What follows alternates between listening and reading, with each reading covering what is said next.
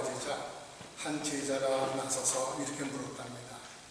선생님, 이제 돌아가시게 되면은 묘비를 세우게 될 텐데 거기에 뭐라 글을 남기면 좋겠습니까? 그러자 버나드쇼가 이렇게 말했답니다. 우물쭈물 하다가 이렇게 될 줄 알았다. 여러분, 세월 참 빠릅니다. 우물쭈물 하다가 한 세상 다 갑니다. 우리가 상식적으로 아는 바지만은 사람이 죽을 때가 가까우면은 꼭 세 가지를 후회하게 된답니다.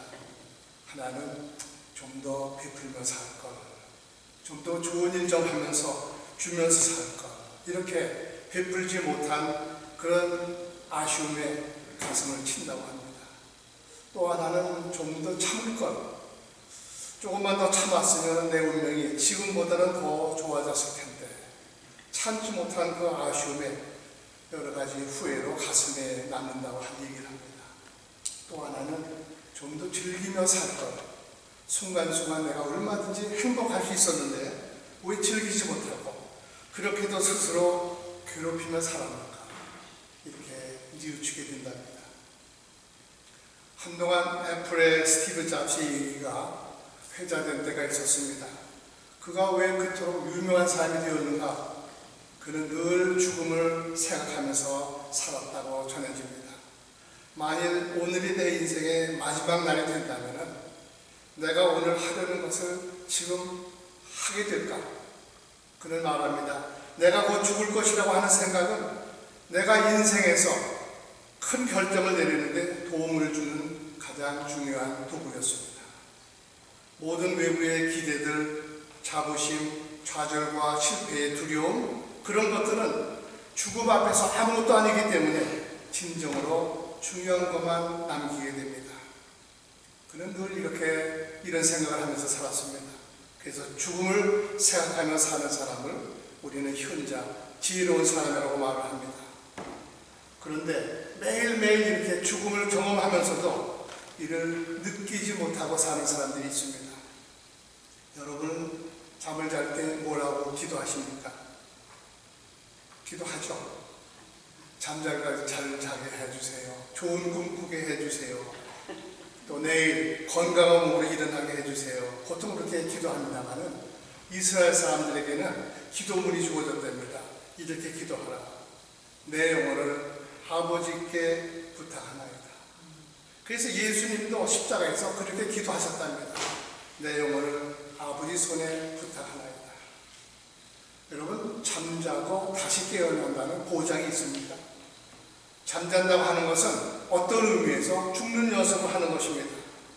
그러니 하루하루를 그날로 정리하고 마감할 수 있어야 됩니다. 내 영혼을 아버지 손에 맡깁니다. 이렇게 기도하고 아침에 깨어서는 오늘 하루도 또 허락해 주시니 감사합니다. 저에게 주시는 새 기회로 알고 열심히 감사히 살겠습니다. 이렇게 해야 되는 건 아니겠습니까? 여러분, 자동차를 타면 기도하죠. 뭐라고 기도하십니까? 보통 안 하고 지나갈 수 있어요.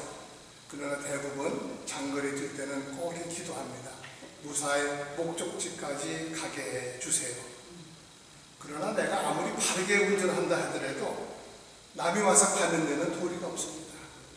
우리가 지지난주에 경험한 바죠. 필라델피아 교회에 박시호 목사님 가죠. 얼마나 가슴이 아픕니까? 본인은 운전을 잘하고 있었는데 뒤에서 대형 추격이 와서 받았습니다. 사랑하는 막내를 잃었습니다. 제가 얼마 전 병원에서 초음파 검사가 필요하다 해서 갔습니다. 그런데 검사하시는 여자분이 그런 말을 해요. 제가 목이 뻣뻣해서 얼굴을 제대로 못 돌려도 오해하지 마세요. 실은 제가 지난주에 교통사고를 당해서 앰뷸런스를 타고 병원에 갔었는데 차가 제가 직진을 하는데 왼쪽에서 차가 달려와서 꽝 하고 받쳐서 그만 의식을 잃었습니다. 병원에서 깨어보니 별로 다친 데는 없어서 이튿날 퇴원을 했습니다. 그런데 놀랍게도 제가 차를 찾으러 가봤더니 형체를 알아볼 수 없고 그렇게 부서져 버렸습니다. 얼마나 끔찍한지 모릅니다. 어떻게 제가 살아났는지 믿기지가 않았습니다. 여러분, 아무도 모릅니다. 순간순간 우리에게는 위험이 도사리고 있습니다. 생명은 하나님께 맡겨야 하는 것입니다. 내 힘으로 안 되는 것입니다. 저는 가끔 이런 생각을 해봅니다. 어느 분께 교회에 좀 나오세요. 혹은 주님의 일을 좀 하세요. 그러면 대부분 이렇게 얘기하죠. 차차하게. 목사님 몰라서 그렇지 제가 얼마나 바쁜 줄 아세요? 그러나요, 아파서 병원에 한번 입원해 보세요. 아무리 바쁜 사람이라도 어쩔 수가 없습니다. 마음대로 못하는 거예요. 안 되는 거예요. 모든 것이 주께서 허락해야 되는 것입니다. 내 마음대로 되는 건 아무것도 없습니다. 많은 사람들이 여행을 권합니다. 어느 분은 빚을 내서라도 여행 다녀오세요. 다 이유가 있습니다. 바깥 세상을 보면 생각이 넓어지게 되어 있습니다. 또 그렇게 바쁘다고 여겼던 생활 막상 접어놓고 보니 그렇지가 않다는 것을 깨닫게 됩니다. 내가 없으면 안 될 것 같은 집안일, 가게, 직장, 얽매여 있던 모든 일이 내가 없어도 잘 돌아가고 있는 것을 발견하게 됩니다. 그러니 내가 그렇게 대단한 사람이라고 그렇게 착각하지 마시기 바랍니다.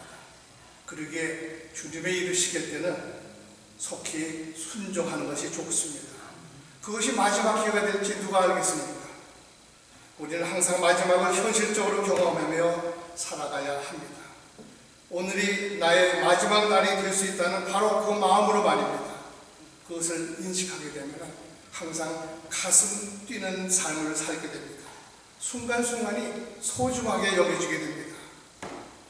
마지막으로 생각한 적에 지금 우리가 누리는 이 한 시간이 얼마나 소중한 시간이 되겠습니까? 얼마나 벅찬 일입니까? 안 그렇겠습니까? 다시 이 시간이 오는 것 아닙니다. 다시 보고 있는 것은 또 볼 수 있는 것이 아닙니다. 그러므로 항상 감동적인, 감격적인, 격동적인 그런 순간을 우리가 살아가게 되는 것입니다. 또 사람과의 관계도 소중히 여기게 됩니다. 우리가 서로의 관계를 복잡하게 생각하고 있어서는 안 됩니다. 예수님께서도 말씀하셨습니다. 너희가 예배를 드리려다가 형제와 불화하고 잘못한 것이 생각이 나거든 제물을 제단에 놓고 가서 먼저 화해하고 그리고 와서 하나님께 예물을 드려라.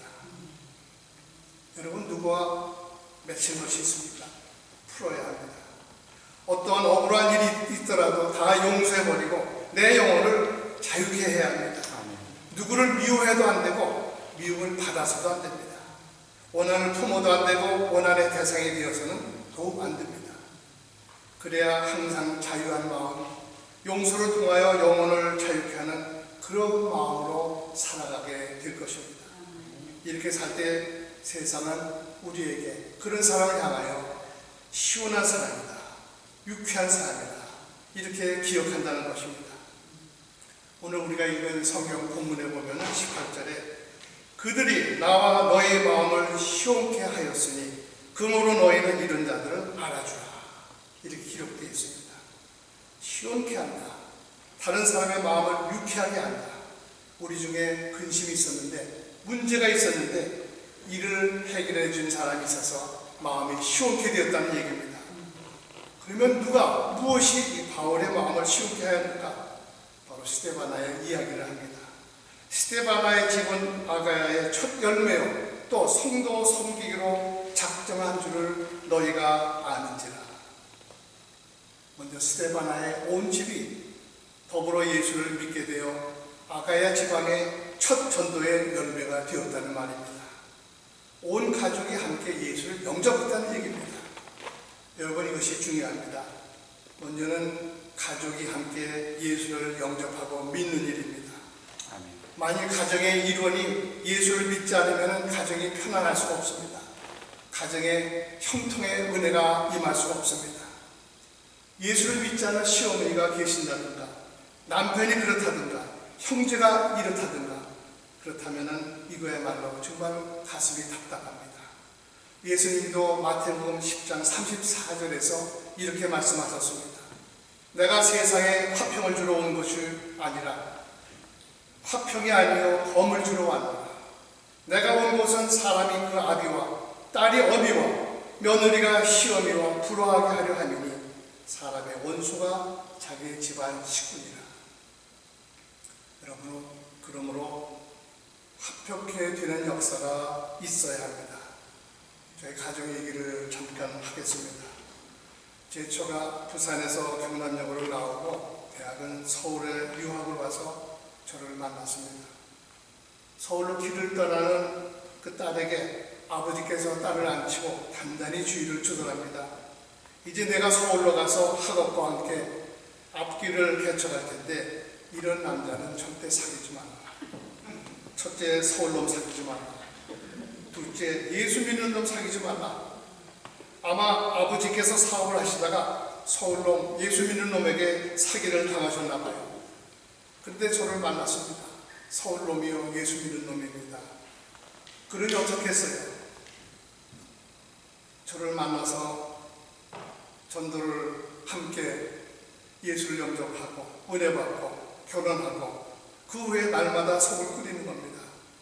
친정부모, 형제들 예수를 믿게 해야 되는데 지옥 가게 되면은 안 되는데 고집이 세가지고 예수를 영접하지 않습니다.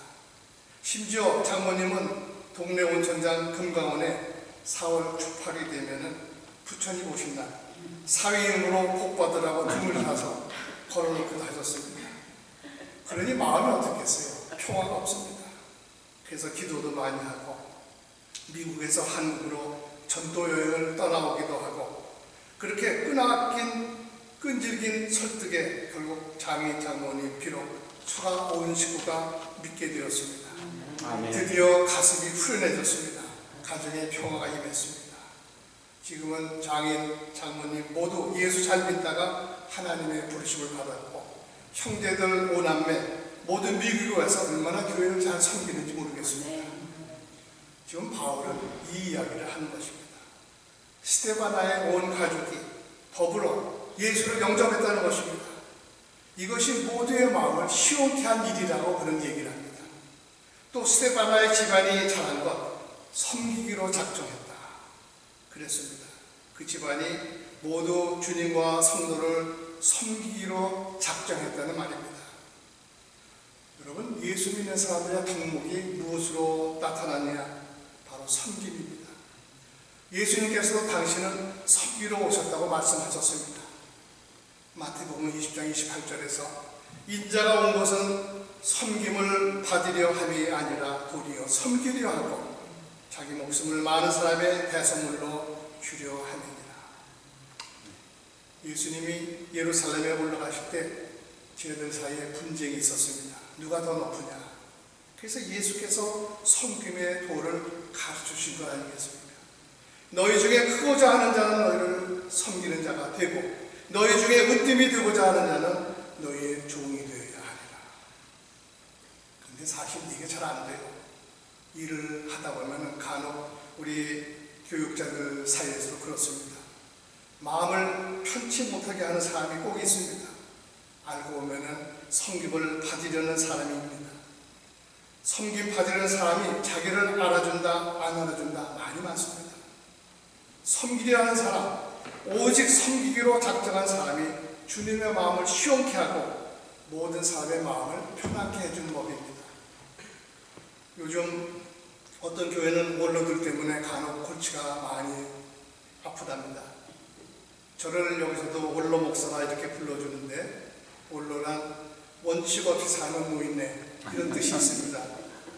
교회에서 원로나 목사도 있지만 원로 장로 또는 원로 권사 이렇게 불리움받는 사람도 있습니다. 그래서 어느 분이 원로가 저지르는 보편적 잘못에 대해서 조심하라고 이런 글을 썼습니다. 첫째, 그들은 남의 말에 귀를 기울이지 않고 자기 주장만 한다. 둘째, 모든 일을 논리적으로 하지 않고 때를 쓴다. 셋째, 남의 잘못을 지적할 줄 알지만 자기 잘못을 묻어버린다. 넷째, 자신의 뜻과 맞지 않으면 모두를 적으로 돌린다. 이 외에도 10가지가 더 있습니다. 아주 신랄하게 썼어요. 한마디로 군림하지 말고 섬기라는 이야기입니다. 그래서 이 글을 제가 보다가 오려서 제 책상 머리에 붙여놨습니다. 항상 제 자신을 돌아보기 위해서입니다. 또 보니 스데바나가 잘한 것, 부족한 것을 채우는 사람이다. 사역자는 정말 도우미를 잘 만나야 됩니다. 동역자를 잘 만나야 됩니다. 그래서 팀을 이루게 됩니다. 서로 기도해주고 염려해주고 마음이 얼마나 아플까, 얼마나 괴로울까, 이렇게 배려해주고 아끼는 마음이 있어야 됩니다.